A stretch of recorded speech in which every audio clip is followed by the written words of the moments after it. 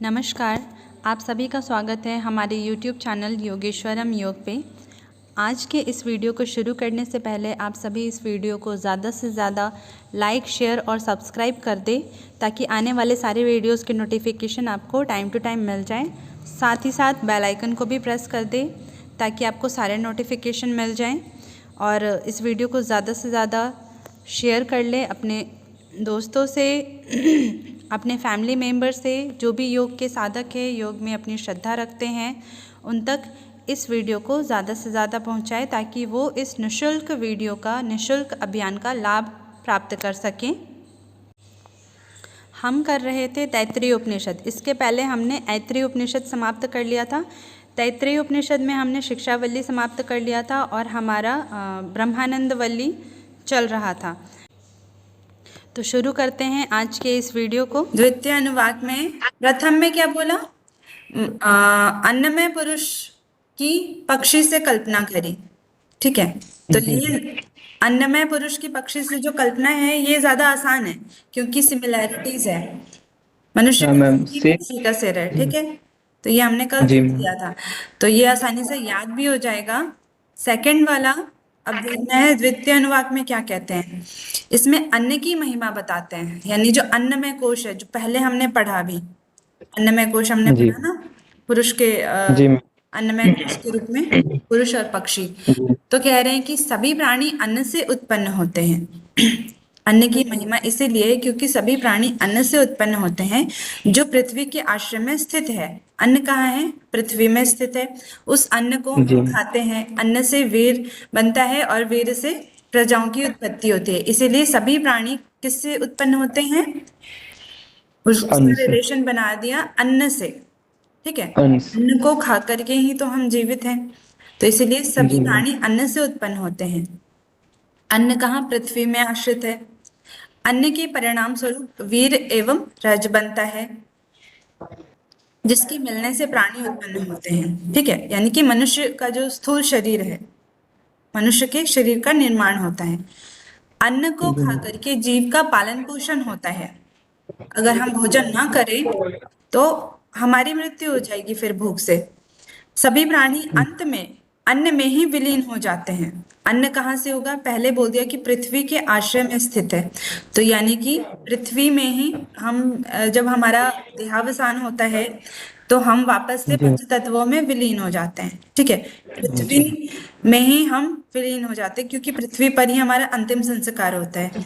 तो अंत में अन्न में ही विलीन हो जाते हैं। अन्न भी पृथ्वी से होगा और हम भी अंत में अन्न में ही समा गए। प्राणियों द्वारा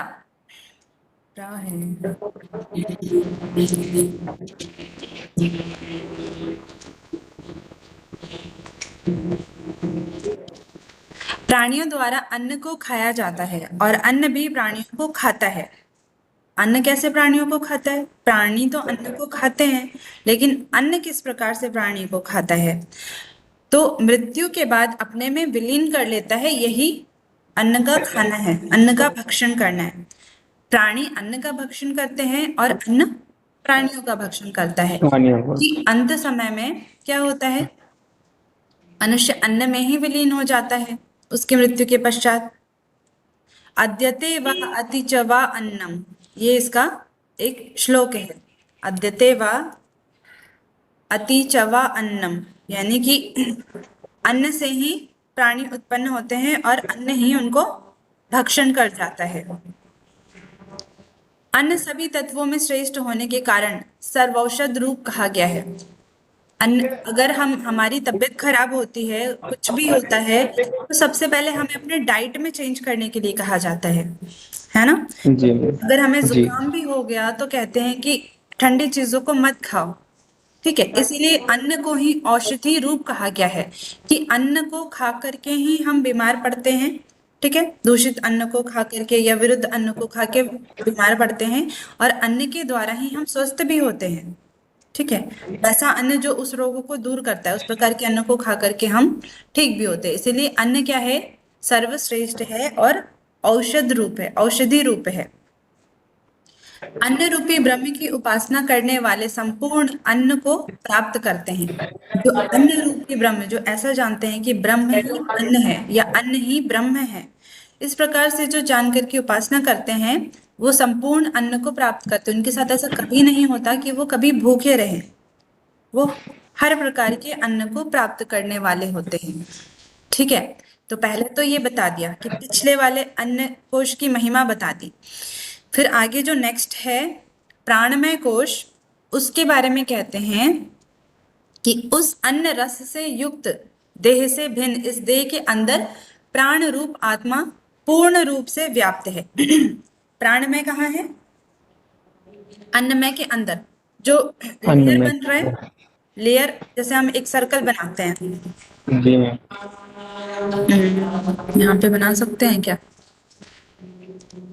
ट्राई करती हूँ, एक मिनट। ये सर्कल है, ठीक है। ये क्या है? अन्नमय है। सबसे आउटर लेयर जो है अन्न। वो अन्नमय है। जी मैम। इसके बाद जी मैम। इसके अंदर ही प्राणमय है, ठीक है। जी मैम। इसके अंदर ही प्राणमय है। इसके अंदर ही फिर क्या है? मनोमय। मनोमय है। जी मैम। इसी प्रकार से क्या बोला यहाँ पे कि उस रस युक्त देह से भिन्न इस देह के अंदर, रस युक्त देह तो नहीं है, रस युक्त देह क्या था? अन्न में था। अन्न में से अन्नमय। जो भिन्न है लेकिन उसके अंदर है, ये पहला क्या हो गया? अन्न में। तो अन्न में तो अन्नमय। है लेकिन अन्न में के अंदर समाहित है ये प्राण में, ठीक है। प्राण रूप आत्मा पूर्ण रूप से व्याप्त है। ऐसा नहीं है कि ये अर्ध रूप से थोड़ा इधर है, ऐसा नहीं है। ये पूर्ण रूप से इसके अंदर ही व्याप्त है, ठीक है। दिख रहा है? जी मैम। यह प्राण रूप आत्मा निश्चय ही पुरुष के आकार का है। पुरुष यानी पुरुष आत्मा को ही बोला, या फिर जी। शरीर को भी मान सकते हैं, ठीक है। पुरुष आप एक व्यक्ति को भी समझ सकते हो। मतलब कि ये कहने का मतलब है कि हमारा जो आकार है उसी आकार का वो प्राण में भी है, अन्न में भी इसी आकार का है, ठीक है। प्राण में भी इसी आकार का है। तो यही कह रहे कि ये प्राण रूप आत्मा जो है वो निश्चय ही पुरुष के आकार का है। पुरुष की आकृति में व्याप्त होने से यह आत्मा पुरुष के आकार का ही है। पुरुष की आकृति पूरे शरीर में ही व्यक्त है ना, प्राणमय कोश, तो इसलिए जी पुरुष मैम। के आकार का ही है। अब प्राण में पुरुष की पक्षी के रूप में कल्पना कर रहे हैं। तो किस प्रकार से जो प्राणमय पुरुष है, जो प्राणमय कोश है, वो किस प्रकार से एक पक्षी के रूप जैसा हम उसको विजुअलाइज कर सकते हैं, ये हमें याद हो जाए, इसीलिए इन गुरुजनों ने इस प्रकार से जो है वो रिलेट करके बताया है। तो ऐसा समझना चाहिए कि जो प्राण में पुरुष का जो प्राण है, ठीक है, प्राण कितने हैं? 5 है ना। तो उसमें से लिए जी प्राण, मैम। प्राण जो मुख्य है वही सिर है, पक्षी का सिर है जी मैम। यानी मुख्य है। जी। व्यान, व्यान दायां पंख है, प्राण सिर है, व्यान दायां पंख है, अपान बायां पंख है। इसमें हमें कंफ्यूजन हो सकता है, ये दायां बायां में है ना, तो इसको जी याद मैम। कर लेना है। प्राण तो मुख्य है इसीलिए याद रहेगा कि सिर है। व्यान और अपान इनमें से कौन सा दायां है कौन सा बायां है, तो ये याद कर लेना है। व्यान दायां है, अपान बायां है। आकाश जो जी है, मैम। आकाश वो मध्य भाग है। मध्य मध्य भाग। हाँ, क्योंकि प्राण जब पूरे शरीर में व्याप्त है तो उसमें खाली स्थान भी तो होगा, तभी तो वो व्याप्त जी है। मैम। तो आकाश जो है वो मध्य भाग है, और पृथ्वी कोई आधार तो होगा उसका, इसलिए बोला कि जी मैम। पृथ्वी जो है वो पूंछ और आधार है, ठीक है। जी। आधार या प्रतिष्ठा भी बोलते हैं इसको,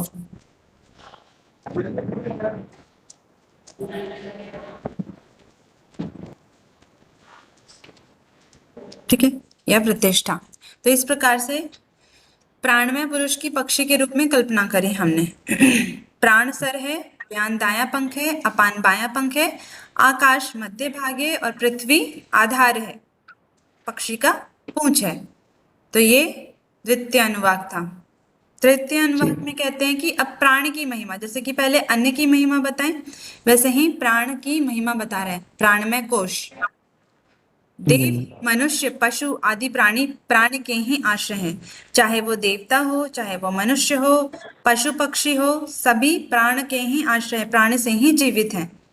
ठीक है। जी स्थूल शरीर को पुष्ट करने के लिए अन्न की आवश्यकता थी, सूक्ष्म शरीर को पुष्ट करने के लिए प्राण की आवश्यकता है, इसलिए प्राण से ही आश्रय पाते हैं। प्राण समस्त प्राणियों की आयु तथा जीवन है ना। क्योंकि इसीलिए हम जी मैम। प्राणायाम करते हैं कि अपने प्राणों की गति को जी कम करते हैं, धीमी करते हैं, जिससे जी हमारी आयु मैम। जी वृद्धि। मैम। आयु बढ़ सके मैम। हाँ, तो प्राण जितने समय शरीर में रहेगा उतनी ही लंबी आयु होगी। कहते हैं ना कि प्राण की हर हर मनुष्य के अंदर प्राण की गिनती होती है, जितना उसका प्राण जी है उतनी उसकी आयु होती है। आयु। जी मैम। इसलिए कहा कि प्राण समस्त प्राणियों की आयु है और जीवन है। प्राण नहीं रहा तो जीवन नष्ट, मृत्यु हो जाएगी। जी यह सभी प्राणियों का जीवन है। प्राण रूप ब्रह्म की उपासना करने वाला दीर्घायु होता है। अब जो प्राण रूपी ब्रह्म की उपासना करेगा वो दीर्घ आयु होगा, क्योंकि प्राण ही मनुष्यों की आयु है। हम्म। जी और यह अन्नमय शरीर की अंतरात्मा है।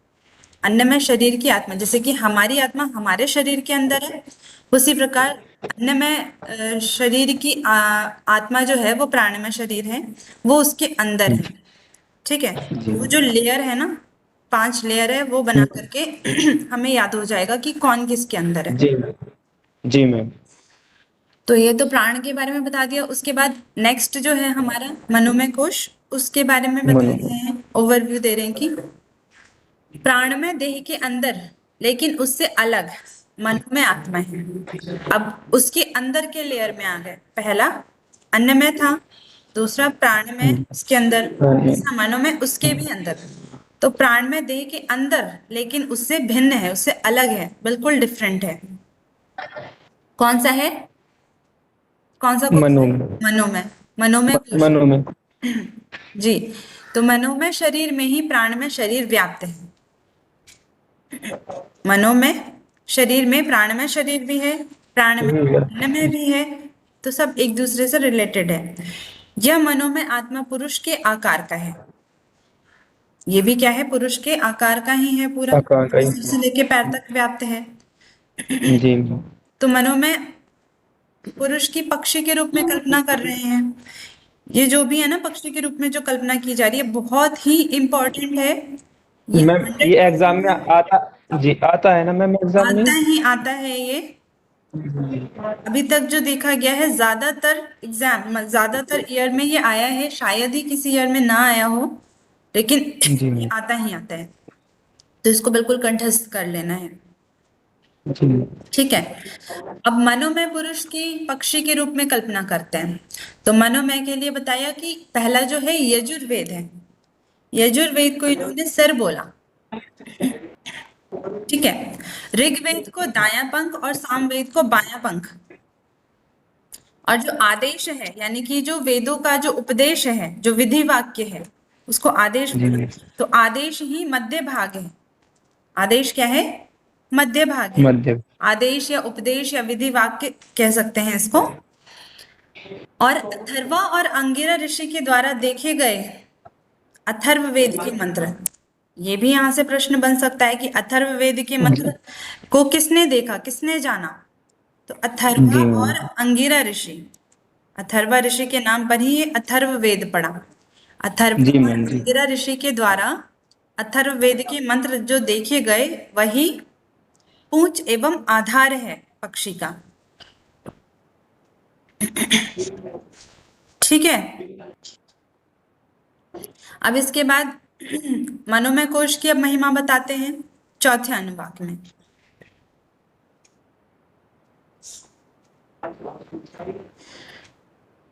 मन की महिमा या मनोमय कोश की महिमा? तो इसमें बोला है कि ब्रह्म को पाने के लिए साधन करने वाले जो मनुष्य हैं, को यह मनोमय कोश ब्रह्म के पास पहुंचाने में विशेष सहायक है। हमने पिछले उपनिषदों में भी पढ़ा है कि जो मन है वही प्रथम सीढ़ी है। प्रथम मार्ग है ब्रह्म जी तक जाने का, क्योंकि मन जी के मैम। द्वारा ही हम चिंतन करके, ध्यान करके और परमात्मा का साक्षात्कार करते हैं। तो यही कह रहे हैं कि ब्रह्म को पाने के लिए जो साधन युक्त जो मनुष्य है, जो ब्रह्म को प्राप्त करने चाहते हैं, उनके लिए मनोमय कोश ही ब्रह्म के पास पहुंचाने में विशेष सहायक है। मन ही ब्रह्म के पास ले जाता है। तो इस पॉइंट को भी हमें याद कर लेना है कि मन ही मनुष्य को ब्रह्म के पास पहुंचाने में सहायक है। सहायक। मनोमय कोश की साधना करने वाला विद्वान कभी भयग्रस्त नहीं होता। इसका क्या फल है मनोमय कोश की साधना करने वाले का, कि ये कभी भयग्रस्त नहीं होता। बैग मस्त नहीं होता। प्राण में की उपासना करने वाला, प्राण की उपासना करने वाले का क्या फल था, किसी को याद है? अभी अभी पढ़ाया मैंने। भगवान की प्राण क्या है प्राणियों की? भगवान की रिया, अंतरा। हाँ जी मैम। सुन रहे हो आप? बताओ, हाँ जी मैम। बताओ। जो प्राणमय कोश की उपासना करता है उसका क्या फल मिलता है उसे? मैम दीर्घायु होता है। हाँ, दीर्घायु होता है। ठीक है, जी तो क्लास को ध्यान से सुनना है। ठीक है, जी सिर्फ मैम। सुनना नहीं है, ध्यान से। जो हमने ध्यान की बात करी थी कि ध्यान जी सिर्फ 1-2 घंटे का ही ध्यान मेडिटेशन नहीं है, हर जी चीज मैम। पे फोकस करना, जी कंसंट्रेशन, वो ध्यान है। अभी अगर हमने ध्यान दे दिया तो एग्जाम में हमारे लिए आसान हो जाएगा, है ना? जी मैम। जी मैम। अच्छा, और अन्य में की जो साधना करता है उसका क्या फल है? रिया, बताइए। इजी है, बिल्कुल आसान है, थोड़ा सा फोकस करो तो। रिया, हाँ जी मैम। बताइए। मैम नहीं पता, ये नहीं लिखा है।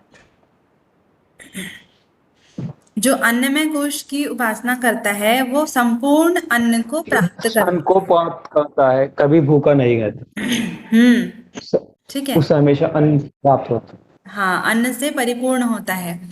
और जो है। जी मनोमय मैम। कोश की उपासना करता है वो, तो कभी बैगग्रस्त नहीं होता। ठीक है, तो ये क्या है, इनका फल है। फिर मनोमय के बारे में क्या कह रहे हैं कि यह प्राणमय शरीर की अंतरात्मा है। ठीक है, सिमिलैरिटीज है ऑलमोस्ट सभी में, बस हमें उसके अंदर के लेयर में चलते जाना है। जी तो मनोमय कोश के बारे में ऊपर बता दिया, फिर मनोमय कोश की महिमा बता दिया। नेक्स्ट विज्ञानमय कोश के बारे में बता रहे हैं कि मनोमय शरीर जी से भिन्न आत्मा विज्ञानमय है। अब मनोमय से अलग हो गया लेकिन उसके अंदर स्थित है विज्ञानमय। यह विज्ञानमय आत्मा भी पुरुष के आकार का ही है। ये दो बातें जी बोल दी विज्ञानमय के बारे में कि मनोमय से अलग है लेकिन मनोमय के अंदर है, शरीर में व्याप्त है और पुरुष के आकार का है। अब इसकी पक्षी के रूप में कल्पना कर रहे हैं। श्रद्धा सिर है, विज्ञान में पुरुष का जो श्रद्धा है वो पक्षी का सिर है। ठीक है, रित यानी जो सनातन सत्य है वही उसका दायां पंख है और सत्य बायां पंख है। ध्यान से सुनते रहिएगा। योग, मैम ये जो है, हाँ, मैम थोड़ा ये समझा दीजिए कि सनातन सत्य है वो सत्य में क्या डिफरेंस हो गया। सत्य यानी कि हम जो भी बोले, जो सत्य है, जो रियलिटी है। लेकिन जो जी सनातन मैम। सत्य है वो क्या हो गया? रित, परमात्मा का एक नाम है, परमात्मा को बोला गया रित। ठीक है, जो ब्रह्म जी विद्या है वो भी सनातन सत्य है और ब्रह्म भी सनातन सत्य है। सनातन जी का मतलब जो आदि काल से जो चला आ रहा है। आदि जो चला आ रहा है जिस। जी हाँ, वो उसको बोला है सनातन सत्य। तो इसीलिए उसको रित कहा है। रित जो है वो परमात्मा का भी एक नाम है, रित। तो रित जो है वो दायां पंख है और सत्य बायां पंख है। योग इसका मध्य भाग है और महा, महा जो हमने पढ़ा था की उपासना किसने करी थी? किसने मह को देखा था? महाचमस के मैम पुत्र ने। माचमस के पुत्र ने। हाँ, तो जो मह है वो पूंछ एवं आधार है। ठीक है। श्रद्धा क्या हो गया? सिर हो गया। ऋत दाया पंख, सत्य बाया पंख। योग मध्य भाग और मह पूंछ एवं आधार है पक्षी का।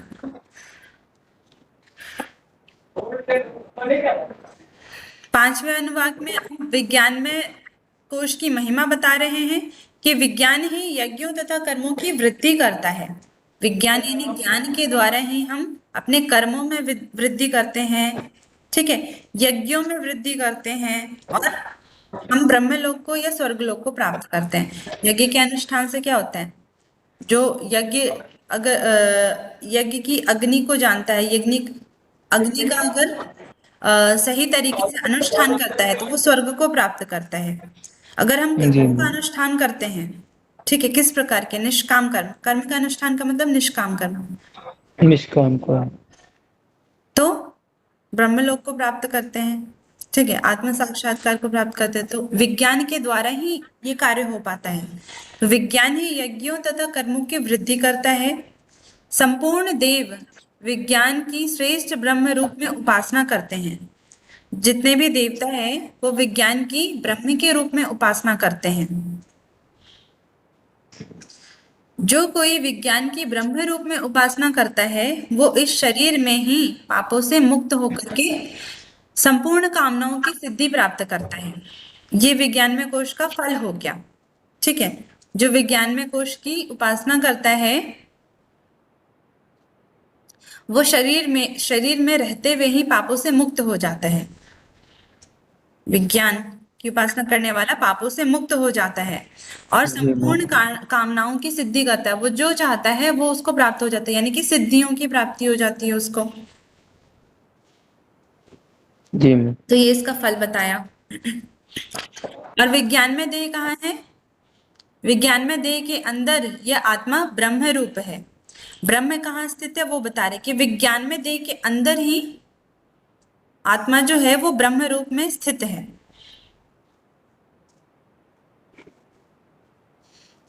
इसके बाद आनंदमय कोश बता रहे हैं कि विज्ञान में पुरुष से भिन्न उसके अंदर आनंदमय आत्मा व्याप्त है, जो सबसे अंतिम लेयर है, जो सबसे इनर लेयर है ना, सबसे बीच का जो लेयर है वो आनंदमय कोश कहाँ है? विज्ञानमय के भीतर है। विज्ञान में कहाँ है? मनोमय के भीतर है। मनोमय किसके भीतर है?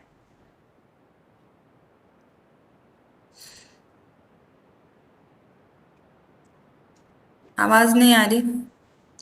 मनोमय प्राणमय के भीतर। प्राण में के भीतर है और प्राण में अन्नमय के भीतर है। हाँ, तो विज्ञान में पुरुष के से भिन्न उसके अंदर आनंदमय आत्मा व्याप्त है। यह आनंदमय आत्मा पुरुष के आकार का है। जो विज्ञान में पुरुष का आत्मा है वही आनंदमय पुरुष का भी अंतरात्मा है। ठीक है। जी मैम। अब इसकी पक्षी रूप में कल्पना बता रहे हैं कि आनंदमय पुरुष का जो प्रिय है, आनंदमय पुरुष का जो प्रिय भाग है, प्रिय, वो पक्षी का सिर है। मोद दाया पंख है, प्रमोद बाया पंख है। आनंद ही इसका मध्य भाग है और ब्रह्म जो है वो पूंछ एवं आधार है।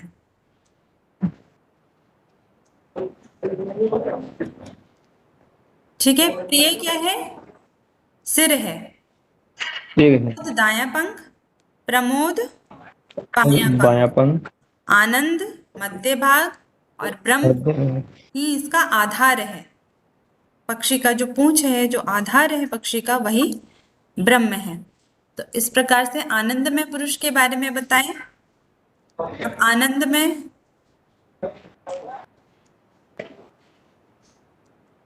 ठीक है, आनंद में पुरुष की उपासना करने वाला इसका फल, इसके फल के बारे में तो नहीं बताया है, इतना ही याद रखना है। ठीक है, तो एक बार फिर से रिपीट कर लेते हैं पांचों कोशों के बारे में। जी मैम। पहला कौन सा था? अन्नमय। अन्नमय कोश।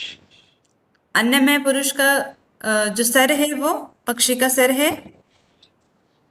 दाहिनी भुजा दायां पंख, बाईं भुजा, पंख, बायां पंख, मध्य भाग, शरीर का मध्य भाग, पक्षी के अंग का मध्य भाग, दोनों पैर, पूंछ एवं प्रतिष्ठा। जी। प्राण, प्राणमय पुरुष का जो प्राण है वो पक्षी का सर है, व्यान दायां पंख है, अपान बायां पंख है, आकाश मध्य भाग है और पृथ्वी पूंछ एवं आधा और प्रतिष्ठा है। हाँ। रिया जी आप भी बोलते रहो, ठीक है मैम। बोलने से भी याद होता है ना। के बाद मनोमय पुरुष। मनोमय पुरुष का जो यजुर्वेद है वो पक्षी का सिर है। तो सीक्वेंस अगर हमने याद कर लिया ना, क्या क्या चीजें हैं, जैसे कि पक्षी का तो हर जगह एक ही है, सिर, दायां बायां मध्य भाग और पूंछ, ये 5 चीजें। जी। इधर का हमें सीक्वेंस याद कर लेना है, यजुर्वेद, ऋग्वेद, सामवेद, आदेश और अथर्ववेद के मंत्र किसके द्वारा देखा गया? अथर्व और अंगिरा ऋषि के द्वारा। अंगिका विषय। तो इधर का सीक्वेंस जो है याद कर लेना है, और क्या क्या चीजें वो भी याद कर लेनी है, तो आसानी से फिर हो जाएगा ये। यजुर्वेद सिर है, ऋग्वेद दायां पंख है, सामवेद बायां पंख है, बायां पंख, आदेश आदेश मध्य भाग है, मध्य भाग, मध्य भाग है, और अथर्ववेद के अथा मंत्र पूंछ पूंछे आधा आधा। जी। आगे विज्ञान में पुरुष के बारे में बता रहे हैं। इसमें क्या क्या विज्ञान में श्रद्धा, ऋत, सत्य, योग और मह। तो श्रद्धा, महा, श्रद्धा, ऋत, सत्य, योग, मह। योग और महा। हाँ, तो श्रद्धा अब इधर से रिलेट कर देंगे। श्रद्धा फर्स्ट है तो श्रद्धा सिर आ गया, ऋत सेकंड है तो दायां पंख हो गया, सत्य दायां थर्ड है पंख। तो बायां पंख हो गया, योग जी। फोर्थ है तो ये मध्य भाग, म- और महा लास्ट है तो वो पूंछ पूंछ हो गया। इसी प्रकार से आनंद में पुरुष का भी देख लेना है। आनंद में पुरुष में क्या क्या है? प्रिय, मोद, प्रमोद। एक। जी। प्रिय, आनंद, मोद, प्रमोद, प्रमोद, आनंद, आनंद, ब्रह्म, प्रिय, मोद, प्रमोद, आनंद, ब्रह्म। ब्रह्म। 5 चीजें हैं। अब इसको इधर से रिलेट कर देना है, ठीक है। जी। मैम आगे छठा अनुवाक। क्या हो गया? गड़बड़ हो गया। हाँ, छठे अनुवाक में क्या कह रहे हैं कि इस अनुवाक में अनुप्रश्न प्रारंभ होता है। अनुप्रश्न का मतलब क्या होता है? एग्जाम में ऐसा पूछा जा सकता है कि जी अनुप्रश्न मैम। का अर्थ क्या है, अनुप्रश्न से क्या समझते हैं।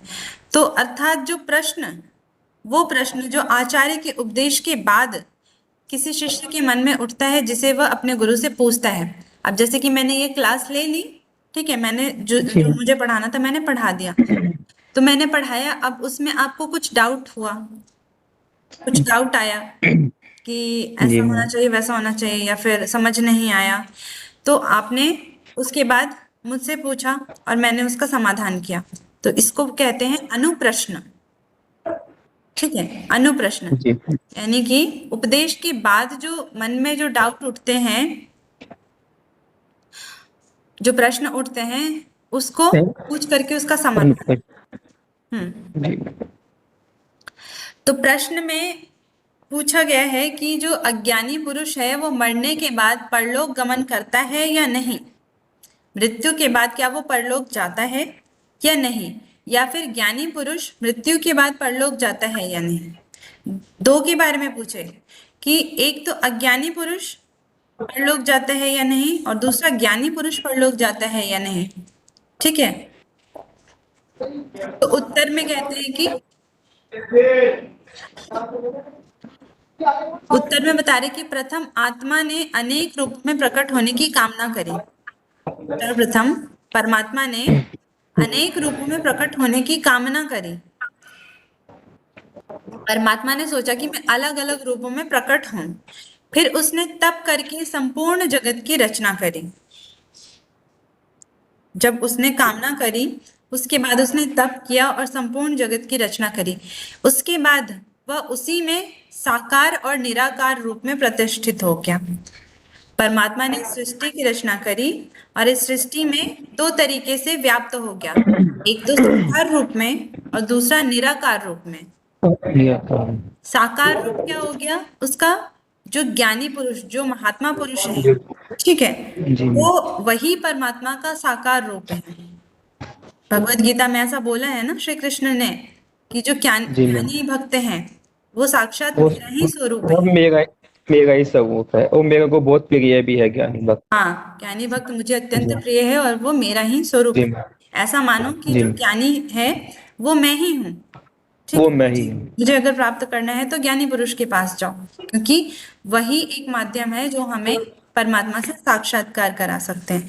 तो इस प्रकार से जी ये इनका साकार रूप हो गया। और निराकार रूप में तो हर एक वस्तु में, हर एक प्राणी में, पूरे चराचर जगत में व्याप्त है, वो उसका निराकार रूप हो गया। ठीक है, तो सृष्टि की रचना करने के बाद साकार और निराकार रूप में सृष्टि में ही प्रविष्ट हो गया।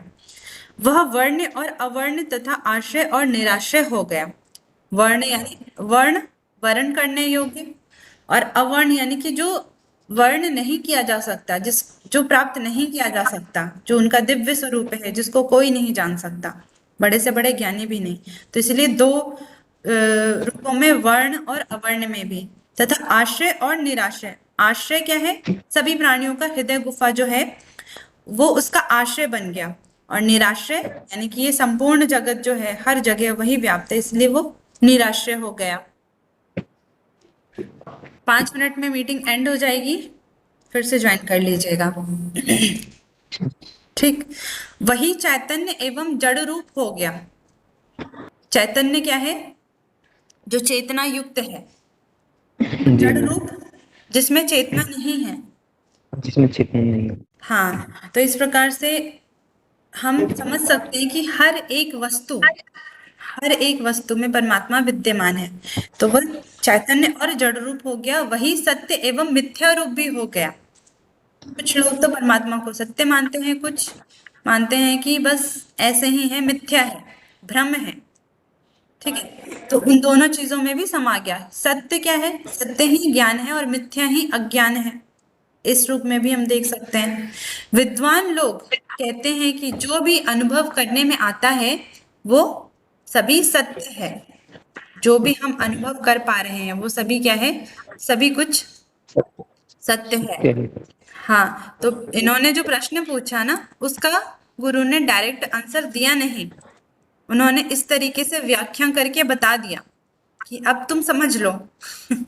शिष्य ज्यादा ज्ञानी होगा तो उसको इस जी तरीके मैम, से समझा दिया कि अब तुम समझ लो। तो इसका मतलब क्या हो गया कि अज्ञानी पुरुष मरने के बाद क्या परलोक जाता है और ज्ञानी परलोक जाता है कि नहीं? तो जो विद्वान है, जो ज्ञानी है, वो इस प्रकार से जान करके कि परमात्मा हर जगह व्याप्त है, तो वो तो परमात्मा को प्राप्त कर लेगा। और जो अज्ञानी है सो इन सब चीजों को नहीं जानता, तो वो उनसे दूर ही रहेगा। सप्तम अनुवाक में कह रहे हैं कि उपरोक्त प्रश्न के उत्तर के रूप में ही यह अनुवाक है। पहले तो इन्होंने बता दिया, समझा दिया इतनी बातें, लेकिन नेक्स्ट अनुवाक में कह रहे हैं कि सृष्टि से पूर्व संपूर्ण जगत असत रूप में था। असत यानी कि अव्यक्त था। जब हम टाइम ट्रेवल करके जब हम पीछे चले, एक बार सोच करके कि अभी जो समय है, जो संसार है, अगर हम इसके अंदर से टाइम और स्पेस को जो है वो धीरे धीरे कम करते जाएं, तो ये पूरा संसार जो भी ऐसे फैला हुआ है, ये धीरे धीरे क्या होगा? सिमट जाएगा, और सिमट करके बिल्कुल एक पॉइंट बन जाएगा। ना उसमें टाइम है, ना उसमें स्पेस है। ठीक है, वो बिल्कुल एक शून्य रूप में बन गया। तो यही क्या है? अव्यक्त है। कि जब इस सृष्टि की रचना नहीं हुई थी तो क्या था? वो परमात्मा अव्यक्त था, शून्य था। सृष्टि की रचना करने के बाद वो सभी प्राणियों के अंदर समा गया और धीरे धीरे धीरे धीरे ये फैलता गया। तो सृष्टि से पूर्व संपूर्ण जगत असत रूप में था। असत का मतलब अव्यक्त रूप में था। ब्रह्म से ही यह व्यक्त जगत उत्पन्न हुआ है। ब्रह्म से ये जो दृश्यमान जो भी देखने में आता है, ये सब कुछ ब्रह्म से ही उत्पन्न हुआ है, क्योंकि पहले उसने कल्पना करी, संकल्प लिया, तब किया, उसके बाद सारी सृष्टि की उत्पत्ति हुई। ब्रह्म स्वयं ही जगत रूप में प्रकट हुआ, अतः वह सुकृत नाम से कहा गया। ब्रह्म को किस नाम से कहा गया? सुकृत। सुकृत नाम से। सुकृत क्यों कहा गया? जगत रूप में प्रकट होने के कारण ब्रह्म को सुकृत कहा गया। ये जी पूरा मैम। ब्रह्मांड ही, पूरा जगत ही ब्रह्म है, इस प्रकार से समझना ही सुकृत है, इसलिए उसका नाम सुकृत हो गया। सुकृत अर्थात रस रूप, इसी रस को पाकर जीव आनंदित होता है। सुकृत अर्थात क्या बता रहे हैं? रस रूप। एक मिनट। और इसी रस को, इसी ज्ञान रूपी रस को प्राप्त करके जितने भी प्राणी हैं वो आनंदित होते हैं।